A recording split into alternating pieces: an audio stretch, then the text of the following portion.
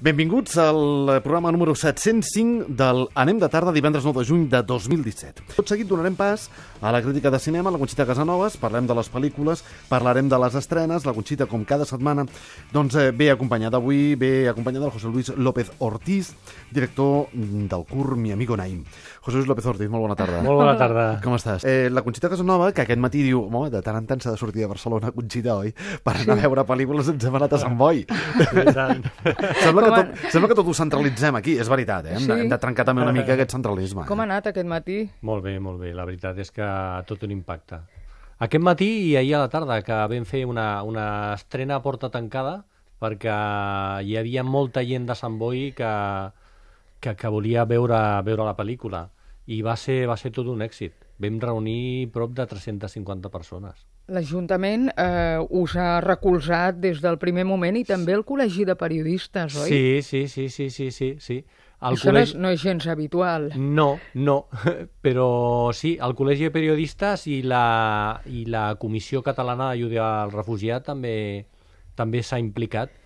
De fet, el Miguel Pajares, que és el president, està molt content del curt que hem portat a terme. Jo li deia al Goyo que és un curt que d'alguna manera aposta per la mà estesa, no? Sí, és un curt amb clau positiva, tot i que fa una crítica social dura d'una realitat que ens estem trobant tothom al carrer, però clar, el fet de que estigui vist a través de la visió d'una nana de 8 anys dona un... Al final del túnel es veu la llum. És aquesta nena que es fa amiga d'un noi que viu al carrer. Sí, viu al carrer, és el Naim.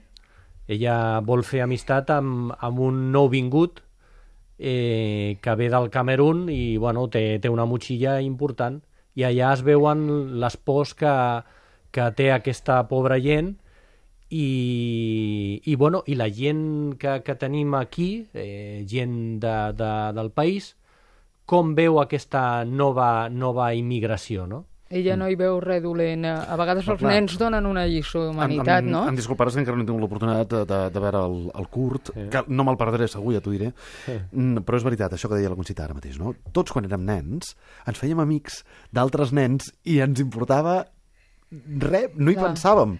Ens fèiem amics, no? Aquells amics del barri, els que no eren del barri, els que eren de 4 carrers més enllà, els que eren del col·le, els que eren amics dels amics o els cosins dels amics, i al final tots érem amics. Potser és que la mirada és més neta? Absolutament. Segur. I el que sí que fa és una crida al nen que tots portem a dintre, que moltes vegades està tan amagat que no el sabem redescobrir. I penso que hem de fer un exercici per trobar aquest nen.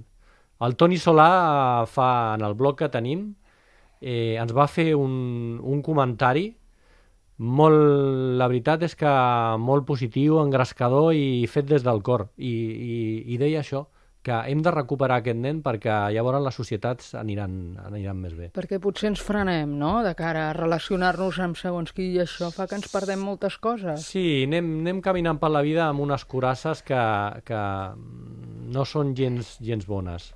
Això... Té a veure també molt, penso, amb la pèrdua de la innocència, eh? Sí, la veritat és que sí. A mesura que la vas perdent, cada cop d'alguna forma endureixes més, no? El caràcter, la persona, la confiança. Sí.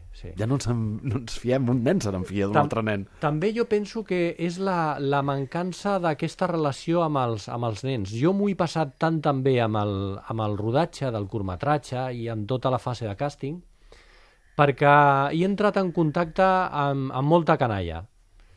I la canalla t'aporta una vitalitat brutal. I te n'adones que tens molt a aprendre dels nens. Deixa'm que et demani, quines característiques havien de tenir els nens pel curtmetratge? Mira... Perquè suposo que hauràs fet hauràs buscat moltes nenes i molts Naims. Sí, la figura del Naim la teníem bastant clara, perquè jo el vaig conèixer fa 3 anys i d'alguna manera el guió es va escriure ja pensant en ell, i tenint molt present quina havia estat la seva història real. L'has tret del carrer, directament? Sí, directament. No és un actor, o sigui, és una persona del carrer que jo coneixia quina era la seva trajectòria. Però, clar, ens faltava la nana. I la nana, el que vam mirar és de trobar una nana que s'adaptés al màxim possible al perfil psicològic de l'Alba, perquè li seria molt més fàcil d'interpretar.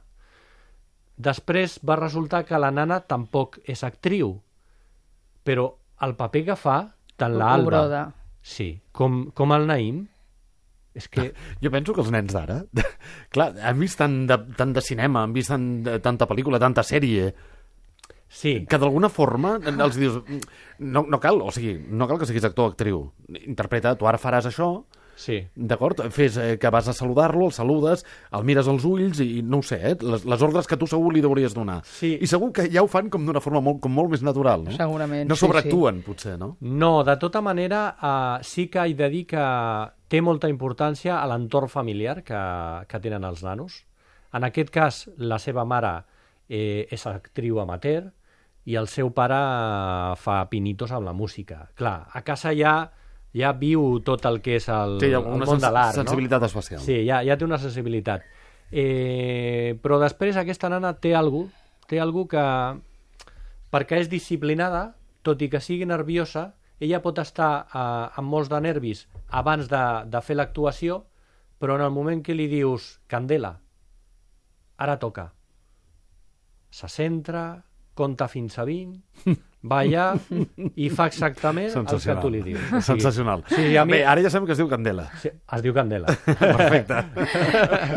I els cursos deu fer més feina que els llargs en l'apartat que podríem dir de conscienciació social en aquest moment, perquè no veiem massa temes socials en els llargmetratges que estan estrenant els directors. Avui hem parlat de Pieles, que sí, podria ser en certa manera una denúncia, no? Vaig coincidir jo amb l'Aiciar, perquè viu ara mateix, viu a Sant Boi, a l'Aiciar Castro. És fantàstica. L'altra nit me la vaig creuar i vam estar parlant sí. que ella anava a Madrid perquè estava presentant ara... A la Premier. Sí.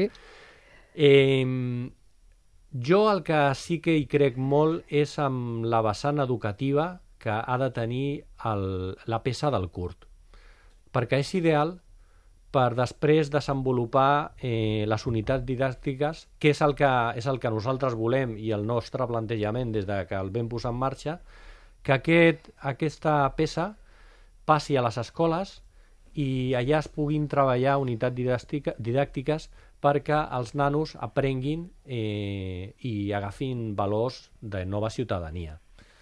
I això és el que més il·lusió em fa a mi. No, això seria sensacional. Digue'ns una cosa, on es podrà veure? Ara estem passant festival per festival, estem inscrits a molts festivals i recentment, sí que és una notícia molt recent, de fa 2 dies, ens van seleccionar al Los Angeles Cinefest i a un altre festival de Sao Paulo també. O sigui, portem ja... Mira que bé, quins viatges et pagaràs, No? Gràcies al curt. I tant. Llavors, quan acabi el circuit de festivals, ja es començarà a projectar a sales nacionals. I vareu estar a Cannes, també. Bé, com va anar per Cannes? Bé, molt bé. Una experiència fantàstica. Fantàstica. És adrenalina pura, no? Sí. És total. O sigui, jo sempre dic que quan vas a Cannes és la punta de l'iceberg. El que veiem per les notícies, la catifa vermella, és la punta de l'iceberg. Però per sota hi ha un submón que es mou tota la indústria cinematogràfica i la veritat és que vam fer quantitat de contactes, vaig coincidir allà amb la Carla Simón també, amb Catalan Films, amb un còctel. O sigui, és molt, molt interessant, Sèrie Cannes. La directora de moda, Carla Simón, Ara sí, estiu 1993, ara s'estrenarà en molt pocs dies també, no? És una història que, no sé, jo tenia una curiositat també, qui te la inspira, la història? La història? Mira, jo sempre dic, el curt té 2 anècdotes. Una és, la història està inspirada una miqueta en la meva filosofia de vida. Jo sempre m'he mogut molt per la vessant social. Jo sóc creatiu publicitari, però sempre m'ha cridat molt l'atenció i he fet moltes accions per facilitar integració i de més. Jo sóc fill d'immigrants d'Andalusia dels anys 60 i clar, hi visc en un barri tot ple d'immigrants, que ara són altres immigrants. I aquesta és una. I l'altra, el que em va marcar molt, és la crisi del 50. Vaig pensar, o ho fas ara o quan ho faràs. Ai, José Luis. Quina sinceritat, oi? En aquesta taula ja passem del 150, Quina sinceritat. Estem al club, benvingut al club. Sí, jo ho dic que sí perquè és la veritat. Escolteu una cosa, l'ordinador de la nau de 2001 Odissea a l'espai es deia HAL 9000. És veritat. HAL. Ala. Que se li demanava ja i ho sabia tot. Jo tampoc et diria els noms dels robots de la Guerra de les Galàxies, tampoc. No, tampoc. Et deixaria per tu els noms. No, jo tampoc et pensis que sóc massa, Jo sé, home, R2D2 aquest fins aquí arribo. Sí, aquest sí. Després anava a dir Obi-Wan Kenobi, però aquest no és el nom. José Luis López Ortiz, moltíssimes gràcies per haver vingut avui al programa. Gràcies a vosaltres. Ha estat un plaer. Estarem molt pendents de quan torneu de tots aquests festivals arreu del món. Mi amigo Naïm es projecti a les sales aquí a Us mantindrem al corrent. Moltíssimes gràcies. Gràcies.